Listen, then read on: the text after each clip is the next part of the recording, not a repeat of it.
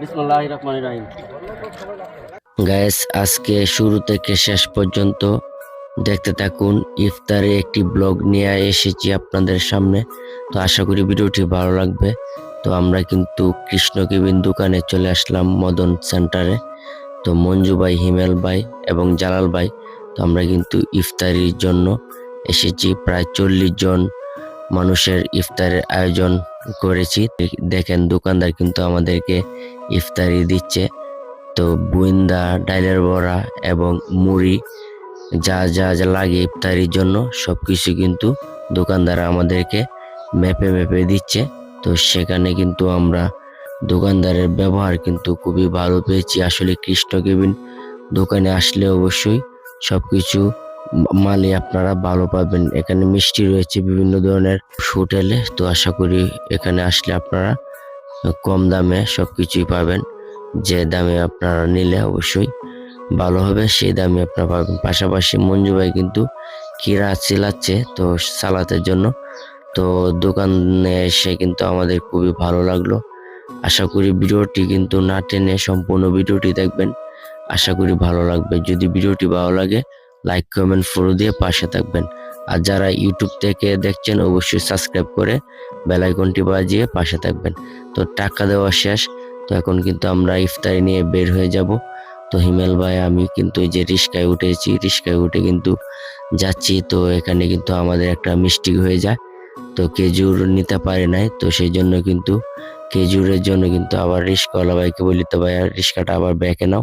তো রিস্কাটা ব্যাকে নেওয়ার পরে কিন্তু আমরা আস্তে আস্তে আবার খেজুরের দোকানে চলে আসলাম। তো এই দেখেন, প্যাকেটের যে খেজুরটা, সেই খেজুরটাই কিন্তু আমরা নিলাম। তো নেওয়ার পরে কিন্তু দাম দিলাম দোকানদারকে, টাকা পয়সা দেওয়া শেষ। এবার কিন্তু আমরা আবার ব্যাকে চলে আসলাম। ব্যাকে চলে আসা কিন্তু এই যে দেখেন, রিস্কায় উঠে গেছি। উঠে যায় তারপরে কিছু কেনাকাটা বাকি ছিল। আবার মনে ছিল না যে পানি নেওয়ার জন্য, তো পানি নিলাম। দেখেন, তো জাহেদ ভাই দোকানে, মদন ওয়াহেদ মার্কেটের সাথে কিন্তু জাহেদ ভাই দোকান দিয়েছে। তো জাহেদ ভাই দোকান থেকে পানি নেওয়া শেষ। এবার রিক্সা দিয়ে আবার চলে আসতেছি। তো জালাল ভাইকে দিলাম, আর একটা জিনিস শর্ট ছিল সেটা আনার জন্য। আমরা তারপরে আবার রিক্সা দিয়ে কিন্তু চলে আসি পৌরসভার সামনে, মদন পৌরসভার সামনে, যেখানে আমরা 40 জনের উপরও ইফতারের আয়োজন করেছি। তো ছাদের উপরে যাইতেছে।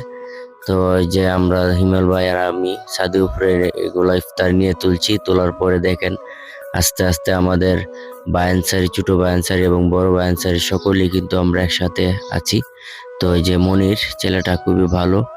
আশা করি এই যে দেখতে পাচ্ছেন, সবাই যার যার কাজে ব্যস্ত, সকলেই কাজে ব্যস্ত আছে। এই যে সাদা পলিথিন কাগজ, তো পলিথিন কাগজ কিন্তু আমরা ছাদের উপরে বিছিয়ে দিচ্ছে। তো বিছানোর যেহেতু যারা যারা এখানে ছোট ভাই আনসারি আছে এবং বন্ধু বান্ধব আছে, সবাই একসাথে আমোদ করে কিন্তু 40 জন মানুষের ইফতারের আয়োজন করা হচ্ছে। আসলে সবাইকে মিলেমিশে ইফতার করলে কিন্তু মজাই আলাদা এবং আনন্দ।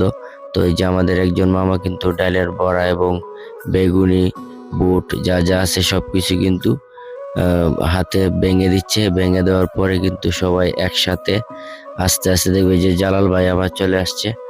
আসলে সবাই মিলে ইফতার করার আনন্দটাই আলাদা।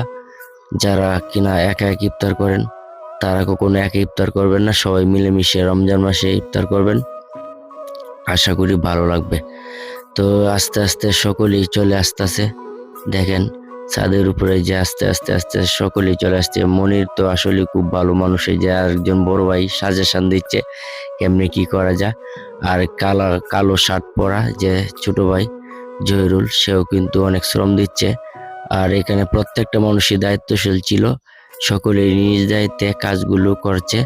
আসলে কি বলবো, মানে এই যে তারা এত সুন্দর, আমরা শুধু বাজারগুলো করে দিলাম আর সকল আয়োজন কিন্তু ছোট ভাই আনসারি এবং বন্ধু বান্ধব সকলেই কিন্তু এখানে অংশগ্রহণ করেছে। এক এক করে সকলেই আসতেছে, সকলকে দাওয়াত দিয়েছি আমরা সকলেই।